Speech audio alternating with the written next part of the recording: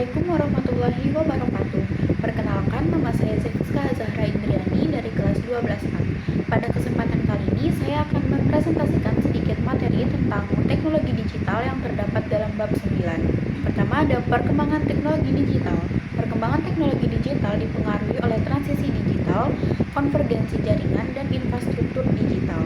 Teknologi ini berbasis komputerisasi dengan sistem bilangan biner yang memungkinkan otomatisasi, efisiensi penyimpanan, dan pemrosesan data. Kemajuan jaringan ini dari HSDPA, 2G, 3G, 4G, hingga 5G menunjukkan pesatnya inovasi di bidang ini. Perkembangan teknologi digital ini terbagi ke dalam 5 generasi. Generasi pertama, komputer generasi pertama yang muncul pada era 1940-an hingga awal 1950-an mengandalkan tabung vakum sebagai komponen utama untuk menyimpan dan menjalankan perintah. Karena kebutuhan akan banyaknya tabung vakum, komputer jenis ini memiliki ukuran yang sangat besar dan memerlukan ruang yang luas serta konsumsi listrik yang tinggi. Memori yang tersedia pun sangat terbatas dan tidak ada penyimpanan sekunder, sehingga sistem operasionalnya harus dijalankan dengan sangat hati-hati. Contoh terkenalnya adalah INIAC atau ENIAC yang diluncurkan pada tahun 1946 dengan berat sekitar 30 ton, panjang 30 meter, dan juga tinggi 2,4 meter, serta menggunakan tabung untuk menguatkan sinyal. Generasi kedua, pada awal tahun 1950-an hingga pertengahan 1960-an, komputer generasi kedua ini muncul sebagai evolusi dari teknologi pendahulunya dengan menggantikan tabung vakum dengan transistor. Penggunaan transistor ini memungkinkan komputer berukuran lebih kecil, lebih efisien dalam penggunaan daya, dan memiliki kinerja yang lebih tinggi. Perubahan teknologi ini juga didukung oleh perkembangan bahasa pemrograman dan pengembangan aplikasi. Contoh terkenal dari komputer generasi kedua adalah IBM 1401 dan IBM 7090 yang menandai awal era komputer modern dengan kemajuan signifikan dalam efisiensi dan kapabilitas operasional.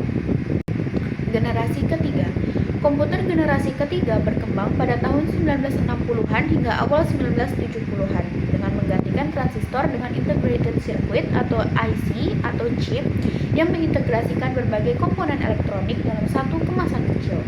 Penggunaan IC membuat komputer lebih hemat daya, berukuran lebih kecil, serta memiliki kinerja lebih cepat dibandingkan generasi sebelumnya, terutama dalam melakukan perhitungan kompleks. Selain itu, komputer generasi ini mendukung penggunaan bahasa pemrograman Pascal dan BASIC yang memudahkan pengembangan perangkat lunak. Generasi keempat, komputer generasi keempat berkembang sejak 1970-an hingga pertengahan 1980-an dengan perubahan besar dalam desain, teknologi, dan kemampuan komputasi. Ciri utama generasi ini adalah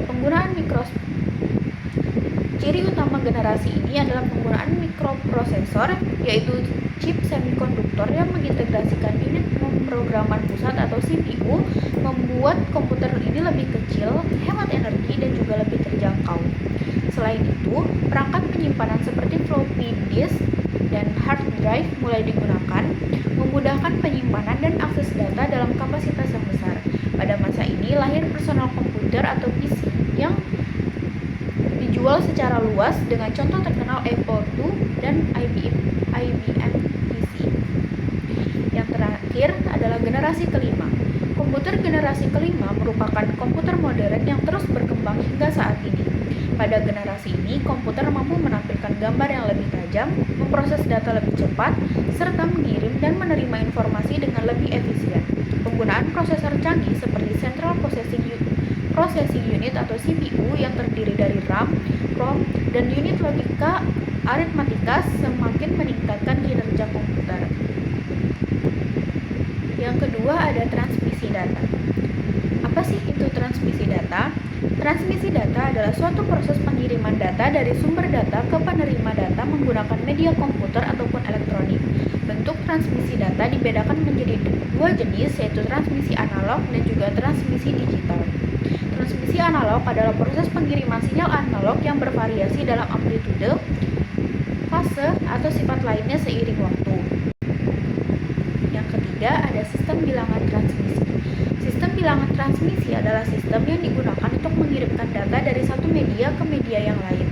Ada 4 jenis sistem bilangan umum yang digunakan, yaitu bilangan desimal atau basis 10, bilangan biner basis atau basis 2, bilangan oktal atau basis 8, dan bilangan heksadesimal atau basis 16.